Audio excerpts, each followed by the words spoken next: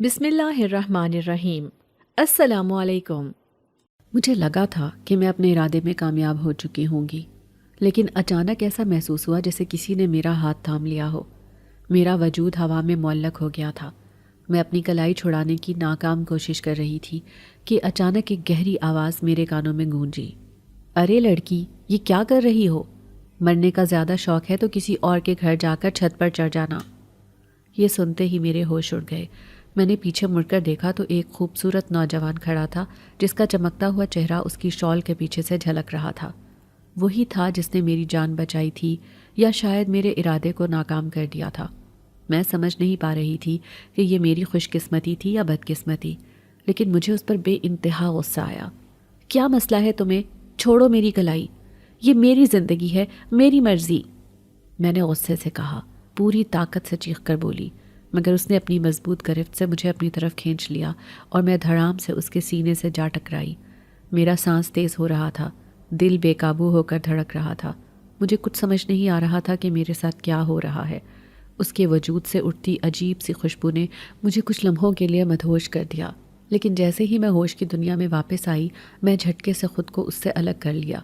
اس نے مجھے منڈیر سے نیچے اتارا اور سخت لہجے میں بولا، یہ کیا کرنے والی تھی؟ زیادہ مرنے کا شوق ہے نا تو کسی اور کے گھر جا کر مرو۔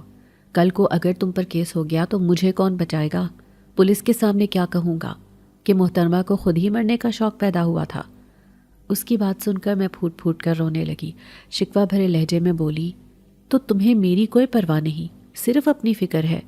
مجھے مرنے دیا ہوتا خود یہاں سے غائب ہو جاتے، کوئی تمہیں نہ پکڑتا۔ میں نے بیگ کی طرف دیکھا اور وہاں سے ایک کاغذ نکالا۔ ٹھہرو، میں مرنے سے پہلے وصیت لکھ کر جاتی ہوں۔ میں نے کاغذ پر کچھ لکھنے کی کوشش کی ہی تھی کہ اس نے ایک جھٹکے سے کاغذ میرے ہاتھ سے چھین لیا اور دور پھینک دیا۔ بس کر دو یہ بچپنا، اس نے غصے سے کہا۔ کیا میں پوچھ سکتا ہوں کہ تم اس وقت میرے گھر میں کیا کر رہی ہو؟ اس کی بات سنتے ہی میرے ذہن میں وہ سب کچھ تازہ ہو گیا جو کچھ دیر پہلے میرے ساتھ ہوا تھا۔ میرا نام پارسا ہے اور یہ واقعہ آج سے 2 سال پہلے کا ہے۔ اس وقت میں نے ایک کالج میں داخلہ لیا تھا جو میری منزل سے بہت دور تھا۔ میں کہاں چھوٹے سے گاؤں میں رہنے والی، اور وہ کالج کہاں ایک بڑے شہر میں واقع۔ لیکن میری اماں نے ابا کو سمجھا بجھا کر اس پر راضی کر ہی لیا تھا۔ ابا، جو ہر وقت ہماری غربت کا ماتم کرتے رہتے تھے، پہلے تو بہت ناراض ہوئے۔ ان کا کہنا تھا کہ یہ پڑھائی ویسے بھی کس کام کی، پیسے کہاں سے آئیں گے؟ لیکن جب میں نے انہیں بتایا کہ میری تعلیم مفت ہوگی تو وہ کچھ سوچنے کے بعد مان گئے۔ یہ میرے لیے کسی خواب کے پورا ہونے جیسی بات تھی۔ کالج جانا تو شروع کر دیا تھا، لیکن جب بھی واپس آتی ابا کی نظریں مجھ پر شک کے تیر برسانے لگتی۔ انہیں ہمیشہ لگتا تھا جیسے میں کوئی غلط کام کر رہی ہوں۔ ان کے رویے سے تنگ آ کر کبھی کبھی میں سوچتی کہ کیوں نہ ان کے بے بنیاد شک کو یقین میں بدل ہی دیا جائے، شاید تب وہ مطمئن ہو جائیں۔ انہی دنوں ابا نے میرا رشتہ اپنے بھائی کے بیٹے کے ساتھ طے کر دیا۔ وہ لڑکا جو نہ کچھ کماتا تھا اور نہ ہی کوئی ذمہ داری اٹھاتا تھا، ہر وقت دوستوں کے ساتھ باہر گھومتا رہتا۔ ابا کو لگتا تھا کہ یہ سب نصیب کی بات ہے، اگر نصیب میں خوشحالی لکھی ہوگی تو وہ دولت خود میرے ساتھ آئے گی۔ لیکن میں بچپن سے ہی یہ بات جان گئی تھی کہ اپنی قسمت مجھے خود بنانی ہے۔ جب بھی ابا کے شک اور تانوں سے میرا دل دکھتا، میں اپنے دل میں فیصلہ کر لیتی کہ میں اس خاندان کا حصہ نہیں بنوں گی، مجھے اپنی راہ خود تلاش کرنی ہوگی۔ انہی دنوں میری ملاقات فیضان سے ہوئی۔ وہ میری زندگی میں اس وقت آیا جب میں لائبریری کے ایک کونے میں کتابوں میں گم تھی۔ ایکسکیوز می، کیا میں آپ سے کچھ بات کر سکتا ہوں اگر آپ کو برا نہ لگے؟ اس کی گہری، نرم لیکن پرتاثیر آواز سنتے ہی میں سمٹ کر رہ گئی۔ میں نے نگاہ اٹھائی تو دیکھا وہ دراز قد، سنجیدہ مزاج اور باوقار لڑکا بالکل کسی ریاست کے شہزادے کی طرح دکھائی دے رہا تھا۔ مجھے گمان ہوا کہ آخر میرے ساتھ یہ سب کیسے ہو سکتا ہے؟ میں ایک معمولی سی لڑکی تھی، ہاں خوبصورت ضرور تھی، لیکن آج کل صرف خوبصورتی سے کچھ نہیں ہوتا، امیر ہونا بھی ضروری تھا۔ یہی سب سوچ رہی تھی کہ اچانک اس کی آواز پھر سنائی دی۔ محترمہ، اپنا نام تو بتائیں، آپ کا نام کیا ہے؟ میں نے اپنا نام بتایا تو وہ مسکراتے ہوئے بولا، آپ بالکل اپنے نام جیسی ہیں۔ یہ کہہ کر وہ وہاں سے چلا گیا اور میں اسے دور تک دیکھتی رہی۔ وہ اپنے دوست کے پاس گیا تھا جو بالکل اس جیسا لگتا تھا۔ دونوں مجھے دیکھ کر کچھ باتیں کر رہے تھے اور مجھے اندازہ تھا کہ ان کا موضوع گفتگو میں ہی ہوں۔ اس دن میری ایک نئے مضمون کی کلاس تھی جیسے ہی میں نے کلاس کے دروازے پر قدم رکھا میری نظر ان دونوں پر پڑی۔ میں نے فوراً نظریں جھکا لیں، لیکن دل تھا کہ قابو سے باہر ہو رہا تھا۔ اچانک کلاس کے دوران مجھے کوئی چیز لگی تھی۔ میں نے نیچے دیکھا تو ایک کاغذ گول کر کے پھینکا گیا تھا۔ کاغذ اٹھایا تو ہوش اڑ گئے۔ اوپر فیضان کا نام لکھا تھا اور نیچے ایک نمبر درج تھا۔ میں نے نظر اٹھا کر فیضان کی جانب دیکھا تو وہ مسکراتے ہوئے آنکھ مار رہا تھا۔ مجھے یقین نہیں آ رہا تھا۔ دل چاہ رہا تھا کہ اس سب سے دور رہوں، لیکن قسمت مجھے خود اس موڑ پر لے آئی تھی۔ سوچا کیوں نہ اس موقع سے فائدہ اٹھا لیا جائے۔ یوں میں نے اس کا نمبر لے لیا، لیکن سوال یہ تھا کہ بات کروں تو کیسے؟ میرے پاس موبائل نہیں تھا۔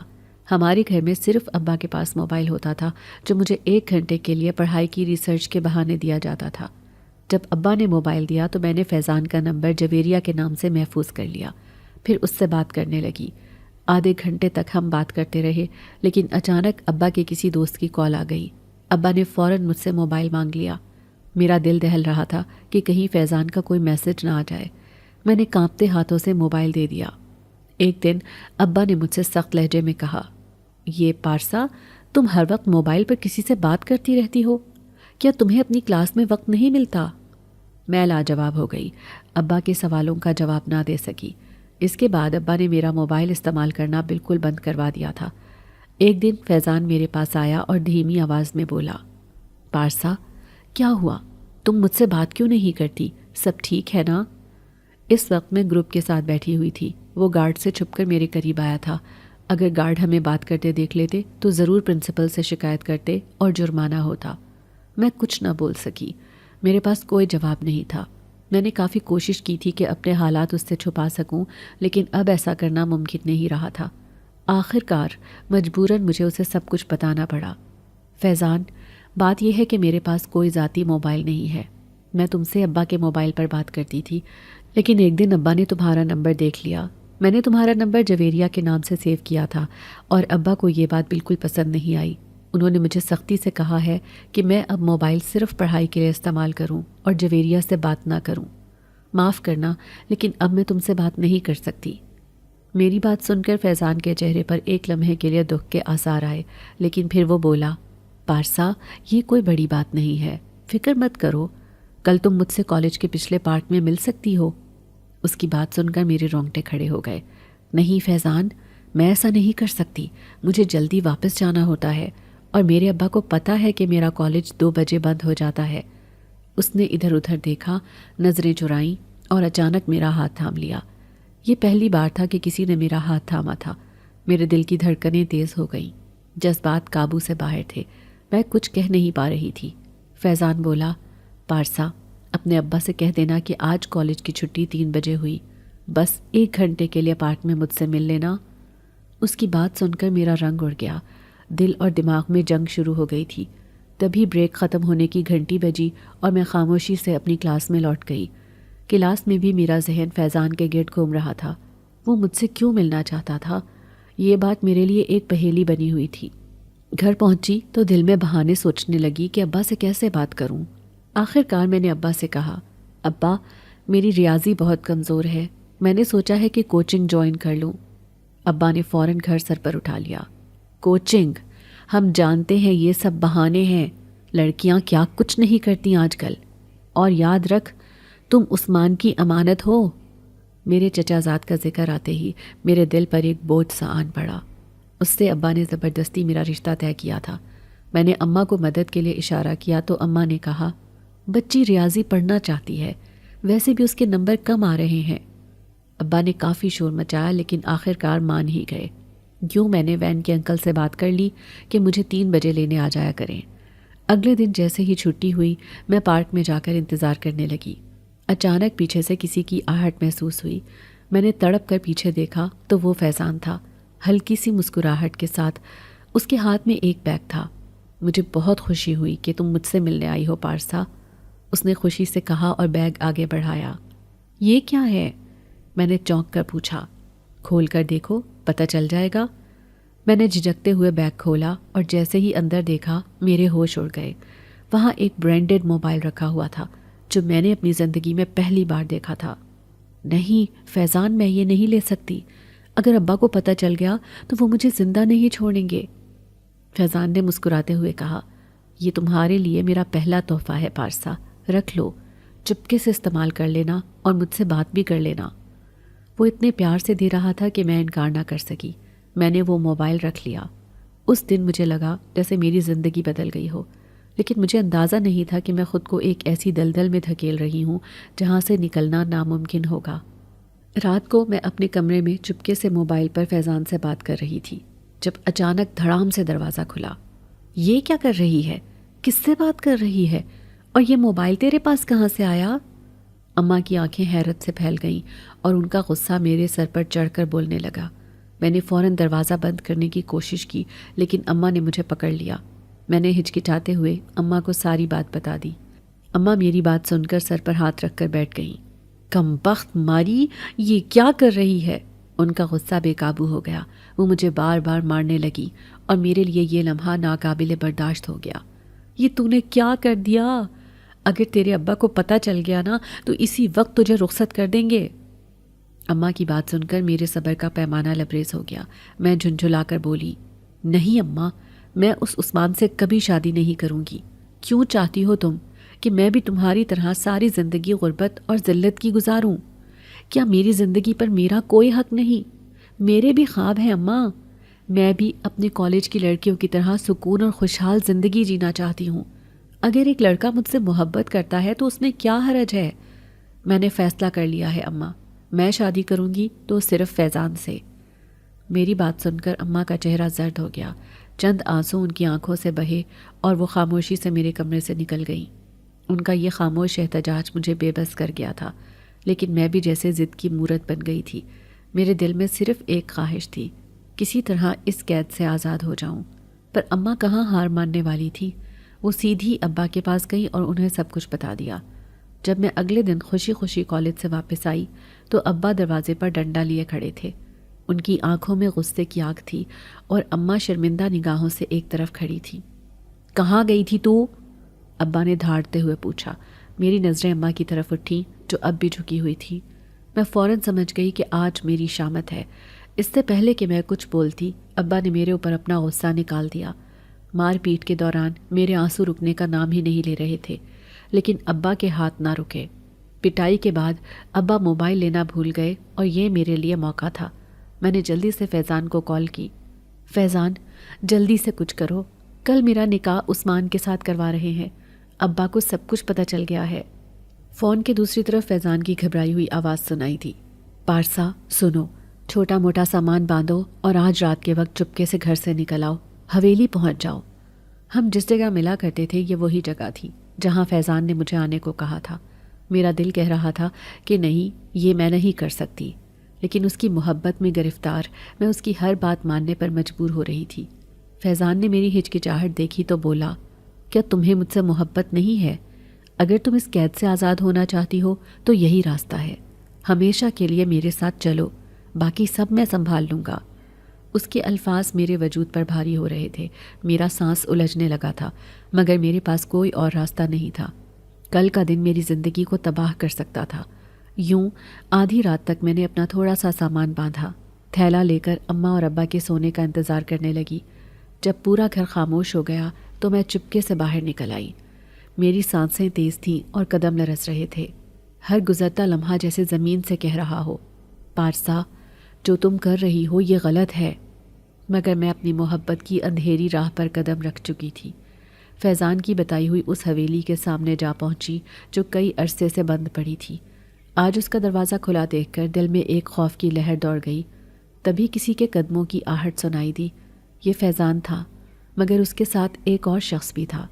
فیضان کے ساتھ عرفان کو دیکھ کر میری ریڑھ کی ہڈی میں جیسے سنسنی سی دوڑ گئی۔ فیضان میرے قریب آیا، مسکراتے ہوئے بولا، چلو پارسا، اب ہمارے ساتھ آ جاؤ۔ لیکن عرفان کی عجیب نظروں نے میرے دل میں شک ڈال دیا۔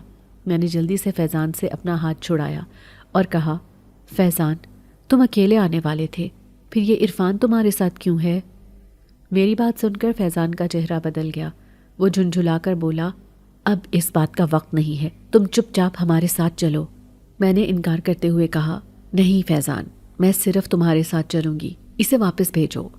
یہ سن کر فیضان کے چہرے پر غصہ چھا گیا اس نے میری بات کا جواب دینے کے بجائے میرے گال پر ایک زوردار تھپڑ دے مارا۔ میرے قدم لڑکھڑا گئے۔ میں نے حیرت اور دکھ سے اسے دیکھا۔ فیضان، تم نے مجھے تھپڑ مارا؟ تمہیں کیا ہو گیا ہے؟ فیضان کی آنکھوں میں سرد مہری جھلک رہی تھی۔ اس نے سخت لہجے میں کہا، زیادہ باتیں مت کرو، اگر ہمارے ساتھ نہ چلی تو یہاں ہی تمہارا ایسا حال کریں گے کہ ساری زندگی یاد رکھو گی۔ یہ الفاظ سن کر میرے پیروں تلے سے زمین نکل گئی۔ کیا یہ وہی فیضان تھا جس کی محبت میں نے اپنا سب کچھ چھوڑ دیا تھا؟ میرا دل خوف اور بے بسی سے لرز رہا تھا۔ جب اس کا دوست میرے قریب آ گیا تو اس نے میرا ہاتھ پکڑنے کی کوشش کرتے ہوئے کہا، پارسا، بہت انتظار کیا ہے میں نے اس لمحے کا، اب چپ چاپ مان جاؤ۔ اس کی بات سن کر میرے پیر زمین میں جم سے گئے۔ ایسا محسوس ہو رہا تھا جیسے دنیا میرے گرد گھوم رہی ہو۔ وہ آہستہ آہستہ میری طرف بڑھ رہا تھا اور میں خوف کے مارے بغیر سوچے سمجھے حویلی کے اندر بھاگنے لگی۔ حویلی کے اندر اندھیرا چھایا ہوا تھا۔ ہر چیز دھول اور جالوں سے اٹی ہوئی تھی۔ میرا دماغ جیسے مفلوج ہو گیا تھا، سمجھ نہیں آ رہی تھی کہ کہاں جاؤں۔ وہ دونوں میرے پیچھے بھاگ رہے تھے اور میں ایک صوفے کے پیچھے چھپ گئی۔ پارسا یہیں کہیں ہے، فیضان کا دوست بولا۔ میرے ہاتھ سے نکلنی نہیں چاہیے، میں نے اس کے لیے بہت انتظار کیا ہے، فیضان نے غصے میں جواب دیا۔ فکر مت کر، تیری وجہ سے ہی تو میں نے اسے اپنے جال میں پھنسایا ہے۔ کتنے پیسے خرچ کیے ہیں، لیکن ہاں، میں بھی اس سے اپنا حصہ ضرور وصول کروں گا۔ یہ سن کر میرا دل جیسے دھڑکنا بھول گیا۔ مجھے یقین نہیں آ رہا تھا کہ میں اتنی بڑی مصیبت میں پھنس چکی ہوں۔ فیضان، جس کی محبت میں نے سب کچھ قربان کر دیا تھا، وہ تو مجھے صرف استعمال کر رہا تھا۔ وہ مجھے اپنے دوست کی خواہش کے لیے قربان کرنا چاہتا تھا۔ یہ سوچ سوچ کر میرا وجود کانپنے لگا۔ تبھی اس کے دوست نے کہا، اس صوفے کے پیچھے دیکھو۔ یہ سنتے ہی میں فوراً صوفے کے پیچھے سے نکل کر بھاگ پڑی۔ میرے قدم بے سمت چھت کی طرف اٹھنے لگے۔ جیسے ہی میں چھت پر پہنچی، ایک چارپائی کے نیچے چھپ گئی۔ میرا سانس پھول رہا تھا، دل بری طرح دھڑک رہا تھا۔ میں نے آنکھیں بند کر کے اللہ کو پکارنا شروع کر دیا، یا اللہ مجھے بچا لے، یا اللہ مجھے معاف کر دے، آئندہ کبھی ایسا نہیں کروں گی۔ میرے آنسو بہتے جا رہے تھے، میری حالت غیر ہو چکی تھی۔ اچانک مجھے ان دونوں کی ٹانگیں نظر آئیں۔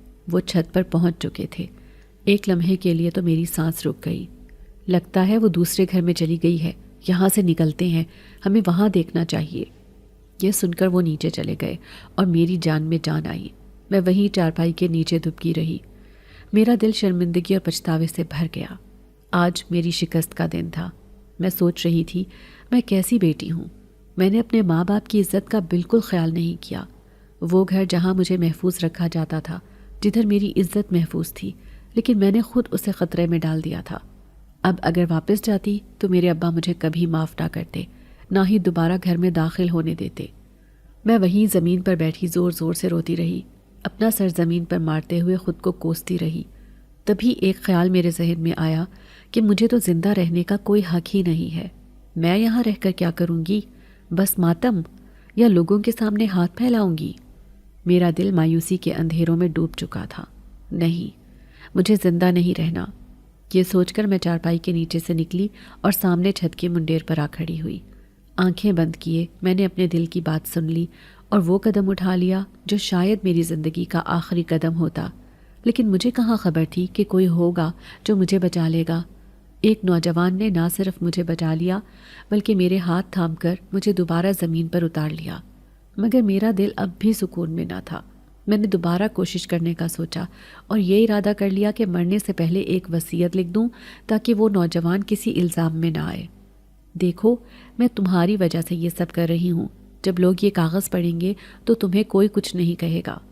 میری بات سن کر اس نے غصے سے وہ کاغذ پھینک دیا اور کہا، تم ایسا کیوں کر رہی ہو؟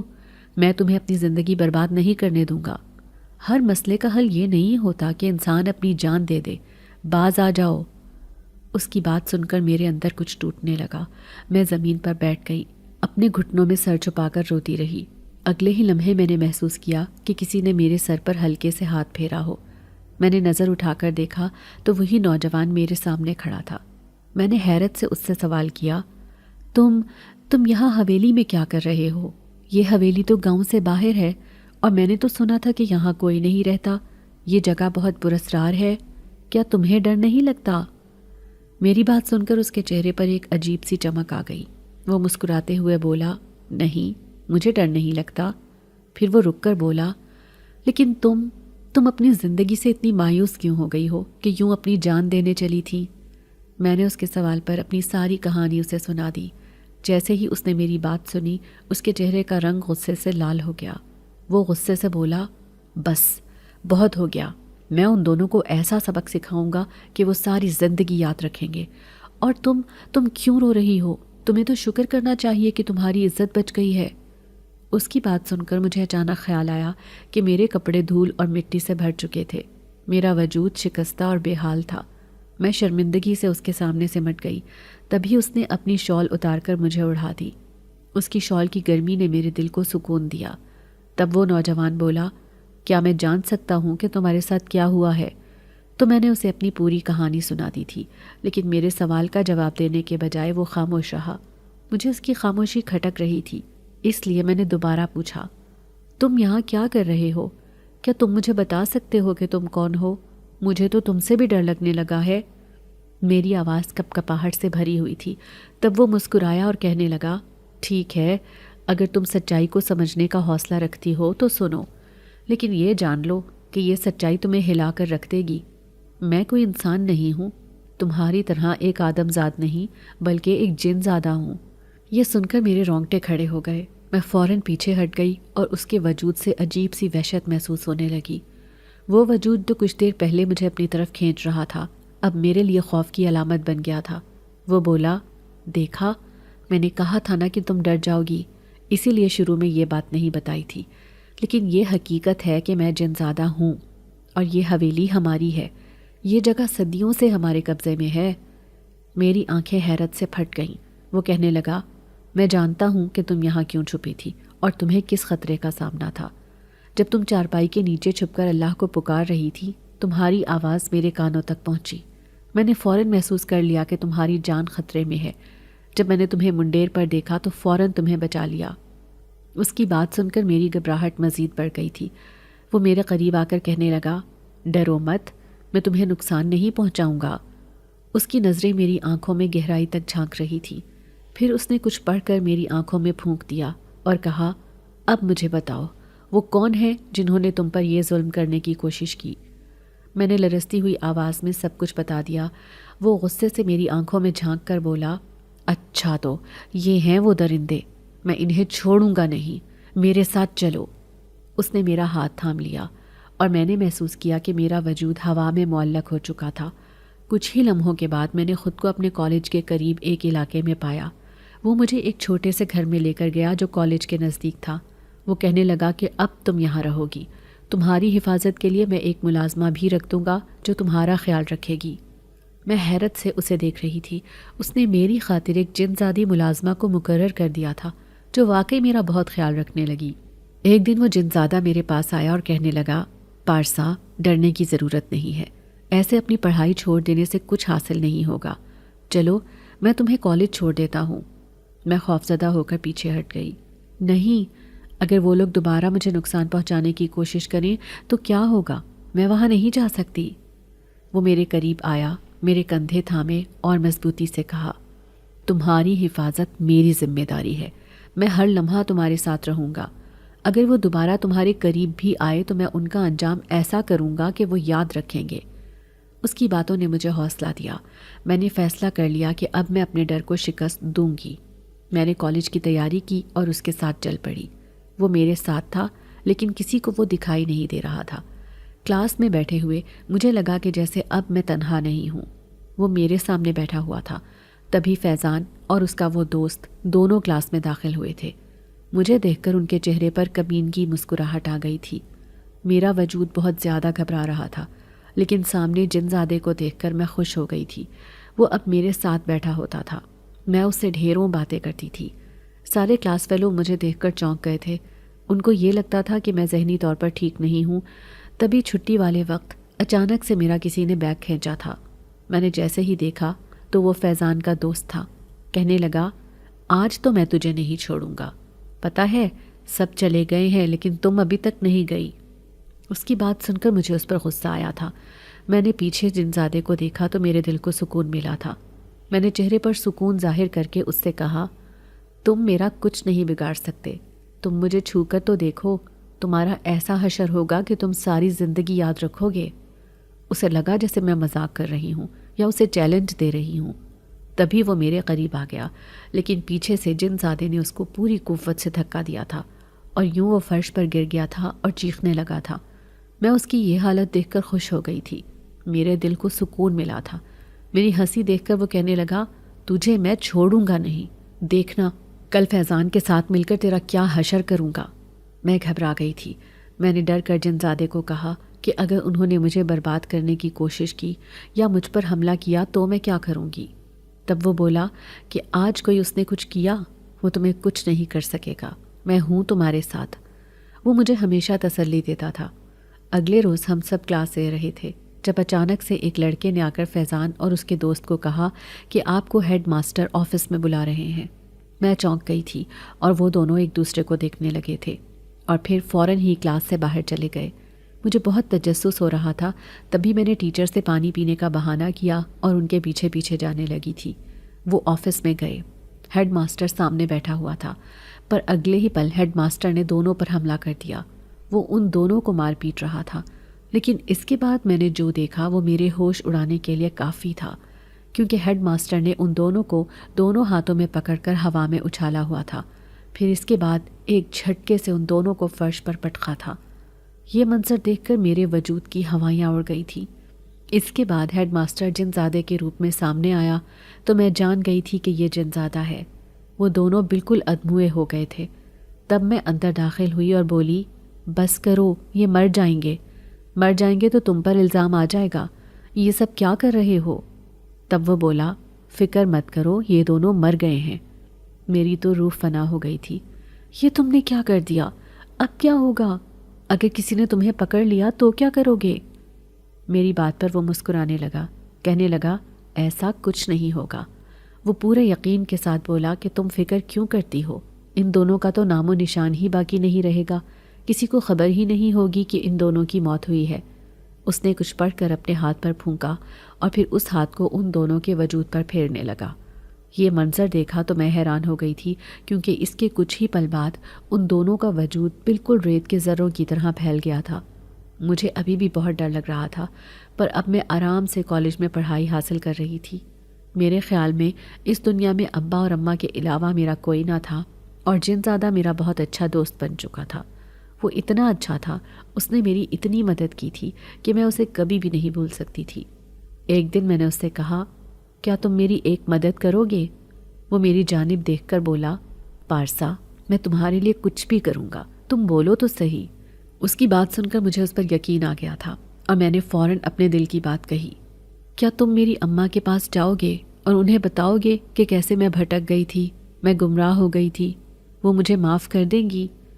یہ سن کر وہ کچھ پل کے لیے خاموش رہا، پھر ٹھنڈی سانس بھر کر بولا، ٹھیک ہے، مگر کیا تم میرے ساتھ نہیں رہنا چاہتی؟ اگر تم اپنے ماں باپ کے پاس جانا چاہتی ہو تو میں تمہاری مدد کروں گا، لیکن اس کا مطلب یہ ہے کہ تمہیں میرے ساتھ نہیں رہنا۔ وہ ٹوٹے ہوئے لہجے میں بولا تو میں فوراً بولی، نہیں، ایسی بات نہیں ہے۔ میں نے اسے سمجھایا کہ میں بالکل نہیں چاہتی تھی کہ اسے ایسا لگے کہ میں اس کے ساتھ نہیں رہنا چاہتی، لیکن ہمارے درمیان دوستی کے سوا کچھ نہیں تھا۔ اس کے بعد وہ مجھے لے کر واپس میرے گاؤں آیا۔ میں اسی گھر کے سامنے کھڑی تھی جہاں سے میں نے بھاگنے کی کوشش کی تھی۔ میرا جسم کپ کپا رہا تھا اور سمجھ نہیں آ رہا تھا کہ میں کیسے اندر جاؤں۔ پھر کچھ دیر بعد میں نے ہمت جمع کی اور اندر چلی گئی۔ اندر جا کر جو منظر دیکھا وہ میرے ہوش اڑا دینے کے لیے کافی تھا۔ میری ماں بیماری کی حالت میں بستر پر پڑی ہوئی تھی اور بس ایک ہی نام پکار رہی تھی۔ وہ نہ میرا تھا بلکہ کچھ اور کہہ رہی تھی۔ یہ سن کر میرے دل میں کچھ ہو گیا تھا اور میری آنکھوں سے آہیں نکلی تھیں۔ میں نے ہلکی آواز میں کہا، اماں، میں آ گئی ہوں، لیکن اماں نے میری بات نہ سنی۔ پھر میرے ابا کو پکارنے لگیں، خورشید، دیکھ تو، دوبارہ وہی آواز آ رہی ہے۔ ایسا لگ رہا ہے کہ میری پارو واپس آ گئی ہے، وہ مجھے پکار رہی ہے، پر میں جانتی ہوں کہ پارو نہیں آئی، یہ تو ایک دھوکہ ہے۔ میں نے اماں کی بات سنی اور پھر ہلکی سی آواز میں بولا، اماں، میں آ گئی ہوں، تیری پارو۔ لیکن اس بار بھی وہ مجھے سن کر بولی، نہیں، دہلیز پہ کوئی نہیں ہوگا، ہمیشہ میری پارو مجھے نظر نہیں آتی۔ یہ سن کر میرے دل میں ترس اتر آیا تھا۔ دل کر رہا تھا کہ زمین میں گڑھا بنے اور میں اس میں دفن ہو جاؤں، شرم سے چور ہو جاؤں۔ میں بھاگتی ہوئی اماں کی چارپائی کے قریب پہنچی اور سر ٹکا کر بولی، اماں میں آ گئی ہوں۔ میں اماں کو جھنجھوڑنے لگی تھی، تبھی اماں خاموش ہو گئیں۔ وہ اٹھ کر بیٹھی اور مجھے دیکھ کر ان کی آنکھیں پھٹی کی پھٹی رہ گئیں۔ وہ مجھے ایسے ٹٹول رہی تھی جیسے وہ یقین نہیں کر پا رہی ہوں۔ پھر میں ان کے گلے لگ گئی تھی، لیکن ابا کو دیکھ کر میرے ہوش اڑ گئے تھے۔ ابا یوں پڑے ہوئے تھے کہ ان کا جسم حرکت بھی نہیں کر رہا تھا اور ان کی آنکھیں کھلی ہوئی تھیں۔ کچھ دیر بعد اماں کے گلے لگنے کے بعد اماں مجھ سے الگ ہوئیں اور بولیں، تم کہاں چلی گئی تھی؟ تم تو ہمیں چھوڑ کر چلی گئی تھی نا، پھر کیوں آئی ہو؟ اب یہ دیکھ اپنے باپ کو، تیرا باپ کبھی بھی نہیں بولے گا اور نہ ہی کبھی اٹھ سکے گا۔ یہ تیری ہی وجہ سے ہوا ہے، تجھے تو ڈوب مرنا چاہیے۔ وہ جو کچھ دیر پہلے میرے گلے لگ رہی تھی اب مجھ پر تھپڑوں کی بارش کر رہی تھی۔ تبھی اتنے میں جنزادہ آ گیا۔ جنزادے کو دیکھ کر میری ماں چونک گئی۔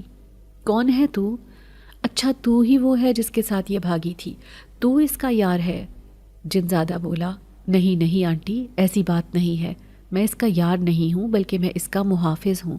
اپنی بیٹی کو معاف کر دیں۔ ہاں آپ کی بیٹی بھٹک گئی تھی، وہ گھر سے بھاگی تھی، لیکن وہ جان گئی ہے کہ اس نے غلطی کی تھی، پر آپ کی بیٹی جان دینے والی تھی۔ اگر وقت پر میں اسے نہ بچاتا تو آپ کی بیٹی شاید اب نہ رہتی۔ اپنی بیٹی کو معاف کر دیں۔ ماں نے یہ بات سنی اور مجھے دیکھنے لگی۔ میں تجھے معاف نہیں کروں گی، تیری وجہ سے تیرے باپ کی یہ حالت ہے، اور میں تجھے کیسے معاف کر دوں؟ تیرا باپ کومے میں چلا گیا ہے، میرے پاس اتنے پیسے نہیں تھے کہ اس کا علاج کروا سکوں۔ میں نے اماں کو یقین دلایا، اماں فکر نہ کرو، یہ ہے نا، یہ میرے ابا کو ٹھیک کر سکتا ہے۔ جنزادے کو دیکھ کر مجھے پورا یقین ہو گیا تھا۔ وہ بولا، ہاں آنٹی میں آپ کے شوہر کو بالکل ٹھیک کر دوں گا، فکر نہ کریں آپ، لیکن آپ اپنی بیٹی کو معاف کر دیں۔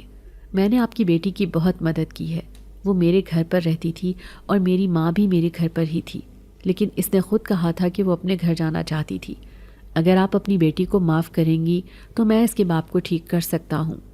اماں نے مجھے معاف کر دیا تھا، شاید اسی وجہ سے تاکہ ابا ٹھیک ہو جائیں۔ پھر جنزادے نے ابا کا علاج شروع کر دیا تھا۔ وہ روزانہ اپنی بستی کے ایک باغ سے جڑی بوٹی لاتا تھا اور اس کا لیپ ابا کے پیروں پر لگا دیتا تھا۔ ابا کے پیروں میں حرکت آنے لگی تھی۔ اماں کو تو یقین ہی نہیں آ رہا تھا، مگر وہ خوش ہو گئی تھی۔ خوشی خوشی جنزادے کے ہاتھ چومنے لگی۔ تیری خاطر میں نے اپنی بیٹی کو معاف کیا تھا، تو نے وہ کر دکھایا۔ مجھے تجھ پر یقین ہے، میرا شوہر ٹھیک ہو جائے گا۔ اماں کے چہرے پہ خوشی کی چمک تھی اور وہ مجھ سے زیادہ جنزادے کے ساتھ خوش رہتی تھی۔ یوں آہستہ آہستہ میرے ابا بالکل ٹھیک ہو گئے تھے۔ جنزادہ ابا کو چلانے کی کوشش کرتا تھا اور ابا کچھ بولنے بھی لگے تھے۔ میں نے ابا سے بھی معافی مانگ لی تھی۔ آہستہ آہستہ وہ آرام سے بات کرنے لگے۔ ایک روز میں جنزادے کے پاس آئی اور میں نے کہا، تم بہت اچھے ہو، میں تمہارا جتنا بھی احسان چکاؤں وہ کم ہے، جتنا شکریہ ادا کروں وہ کم ہے، میں تمہارا احسان کبھی نہیں چکا سکتی۔ یہ کہتے ہوئے میں پھوٹ پھوٹ کر رونے لگی تھی۔ پھر ایک دن اچانک اماں کے چیخنے کی آواز آئی اور مجھے ایسا لگا جیسے ابا کو کچھ ہو گیا ہو۔ جنزادہ جو ہمارے مہمان خانے میں رہتا تھا فوراً اٹھ کر آیا۔ کیا ہوا؟ سب ٹھیک تو ہے نا؟ وہ فوراً بولا۔ میں اماں کے پاس پہنچی اور اماں کا چہرہ دیکھ کر گھبرا گئی۔ اماں کے چہرے پر تو بلا کا سکون تھا۔ تیرے ابا نے 2 قدم خود چلے ہیں۔ اماں کی بات سن کر میری جان میں جان آئی تھی اور جنزادہ بھی خوش ہو گیا تھا۔ ابا آہستہ آہستہ چلنے لگے تھے۔ یہ سب کچھ جنزادے کی بدولت تھا۔ ابا نے جنزادے کا شکریہ ادا کیا۔ تبھی ایک روز جنزادہ ہم سے اجازت لینے لگا۔ آنٹی اب مجھے چلنا چاہیے، مجھے بہت خوشی ہوئی کہ آپ نے اپنی بیٹی کو معاف کر دیا ہے۔ میری اماں نے یہ بات سنی تو خاموش ہو گئی۔ جنزادہ مجھے الوداع کہہ کر جانے والا تھا جب اماں نے اسے روک لیا۔ رکو بیٹا، کیا تم 2 دن اور رک جاؤ گے؟ میرا دل نہیں مان رہا، مجھے تم سے ایک لگاؤ ہو گیا ہے، میرا اپنا تو کوئی بیٹا نہیں ہے، ایسا لگ رہا ہے کہ تم ہی بیٹے کی جگہ ہمارے پاس آ گئے ہو، کیا تم کچھ دیر اور رک سکتے ہو؟ یہ بات سن کر میری آنکھیں حیرت سے پھٹی کی پھٹی رہ گئیں۔ اماں کو کیا ہو گیا ہے؟ جنزادہ اماں کو انکار کر کے تکلیف میں نہیں دیکھنا چاہتا تھا، تبھی ان کے کہنے پر رک گیا۔ پر میں جانتی تھی جنزادہ اماں کو یہ سچائی نہیں بتائے گا کہ وہ ایک آدم زاد نہیں بلکہ ایک جنزادہ ہے۔ شاید وہ اسی بات کی فکر میں تھا۔